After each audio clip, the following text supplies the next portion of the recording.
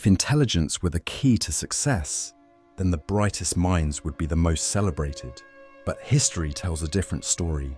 Instead of being admired, highly intelligent individuals are often met with suspicion, hostility, or outright rejection. Society does not elevate its most brilliant thinkers, it silences them. Arthur Schopenhauer understood this long before modern psychology explored the phenomenon. He saw that intelligence, far from being a universal advantage, often becomes a burden. The reason? The world does not reward those who see through its illusions. It punishes them.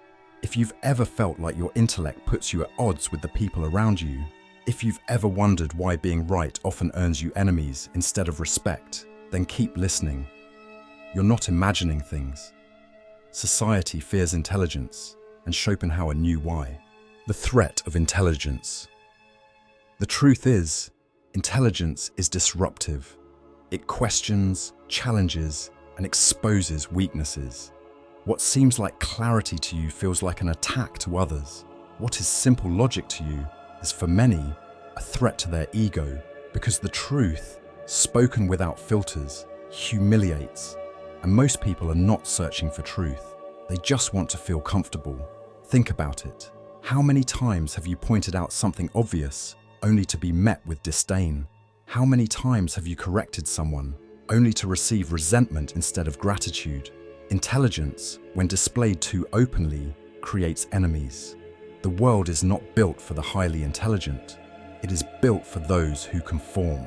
That's why history is full of misunderstood geniuses, from Socrates to Galileo to Tesla. The greatest minds are often rejected, not because they are wrong, but because they see too much. Why society prefers mediocrity?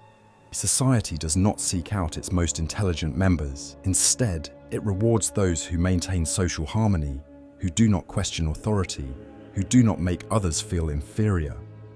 Mediocrity is comfortable. It does not intimidate. It does not disrupt. It does not challenge power. That's why the mediocre rise, while the intelligent are often sidelined. Schopenhauer recognized this pattern. The masses do not admire intelligence, they fear it. And that is why the most brilliant individuals often find themselves alone. The world doesn't reject them because they are wrong. It rejects them because they are right. The survival strategy, playing the fool. So how can an intelligent person thrive in a world that fears them? Schopenhauer had an answer, one that might surprise you. Pretend to be less intelligent than you are. Not because you are a fool, but because society is more comfortable with those who appear harmless. True intelligence does not need to prove itself. It does not seek to correct every mistake. It observes, strategizes, and waits for the right moment to act. Want respect? Don't boast. Want influence?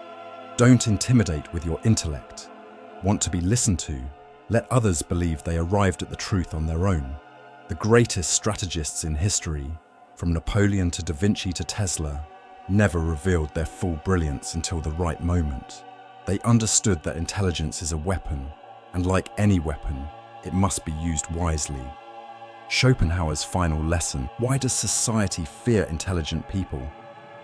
Because intelligence is a reminder of everything they do not know. Schopenhauer understood this, and so should you. The world is not won by the smartest, it is won by those who know when and how to use their intelligence.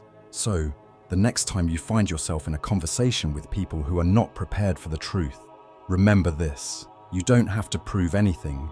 You don't have to win every argument. You don't have to correct every mistake. Only fools feel the need to prove their superiority at all times. The truly wise play with time, with perception, with patience. They pretend to be less than they are, not as an act of cowardice, but as the ultimate act of strategy. Because the best move, it's already won before anyone even notices.